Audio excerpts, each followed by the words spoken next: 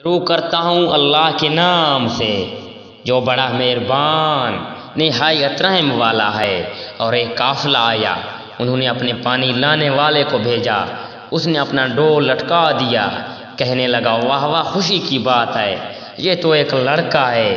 انہوں نے اسے مال تجارت قرار دے کر چھپا دیا، اور اللہ تعالیٰ اسے باخبر ہے جو وہ کر رہے تھے، اور انہوں نے اسے بہت ہی ہلکی قیمت پر، گنتی کے چند درہموں پر ہی بیچ ڈالا۔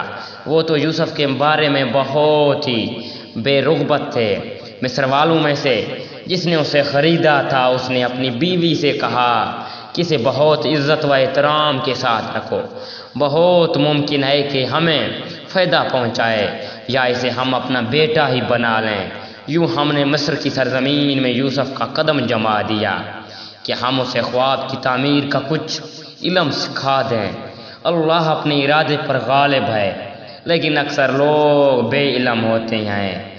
جب یوسف کی کم عمر کو پہنچ گئے اور وہ اپنے پختگی کی عمر پر پہنچ گیا، ہم نے اسے قوت، فیصلہ اور علم دیا۔ ہم نیک کاروں کو اسی طرح بدلہ دیتے ہیں۔ اس عورت نے جس کے گھر میں یوسف تھے، یوسف کو بہلانا پھسلانا شروع کیا کہ وہ اپنے نفس کی نگرانی چھوڑ دے، اور دروازے بند کر کے کہنے لگی لو آ جاؤ۔ یوسف نے کہا اللہ کی پناہ، وہ میرا رب ہے، میں اس نے بہت اچھی طرح رکھا ہے، بے انصافی کرنے والوں کا بھلا نہیں ہوتا۔ اس عورت نے یوسف کی طرف کا قصد کیا، اور یوسف کا قصد کرتے اگر وہ اپنے پروردگار کی دلیل نہ دیکھتے۔ یوں ہی ہوا اس واسطے کہ ہم اس سے برائی اور بے حیائی دور کر دیں، بے شک وہ ہمارے چنے ہوئے بندوں میں سے تھا۔ دونوں دروازوں کی طرف دوڑے، اور اس عورت نے یوسف کا کرتا پیچھے کی طرف سے کھینچ کر پھاڑ ڈالا، اور دروازے کے پاس ہی عورت کا شوہر دونوں کو مل گیا۔ تو کہنے لگی جو شخص تیری بیوی کے ساتھ برا ارادہ کرے، اس کی سزا یہی ہے کہ اسے قید کر دیا جائے یا اور کوئی دردناک سزا دی جائے۔ یوسف نے کہا یہ عورت ہی مجھے پھنسا رہی تھی، اور عورت کے قبیلے ہی کے ایک شخص نے گواہی دے کہ اگر اس کا کرتا آگے سے پھٹا ہوا تو عورت سچی ہے اور یوسف جھوٹ بولنے والوں میں سے ہے، اگر اس کا کرتا پیچھے کی جانب سے پھاڑا گیا تو عورت جھوٹی اور یوسف سچوں میں سے ہے۔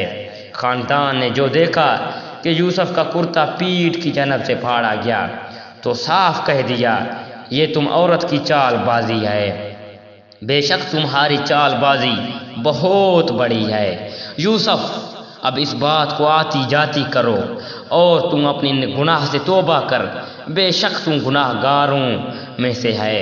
اور شہر کی عورتوں میں چرچا ہونے لگا کہ عزیز کی بیوی اپنے غلام کو اپنا مطلب نکالنے کے لیے بہلانے پھسلانے میں لگی رہتی ہے۔ ان کے دل میں یوسف کی محبت بیٹھ گئی، ہمارے خیال میں تو وہ صحیح اور بالکل گمراہی میں ہے۔ اس نے جب ان کی اس پر فریب غیبت کا حال سنا تو انہیں بلوا بھیجا، اور ان کے لیے ایک مجلس کیا اور ان میں سے ہر ایک کو چھری دی، اور کہا اے یوسف ان کے سامنے چلے آؤ۔ ان عورتوں نے جب اسے دیکھا تو بہت بڑا جانا، اور اپنے ہاتھ کاٹ ڈالے، اور زبان سے نکل گیا کہ ماشاء اللہ، یہ انسان تو ہرگز نہیں، یہ تو یقیناً کوئی بہت ہی بزرگ انسان ہے۔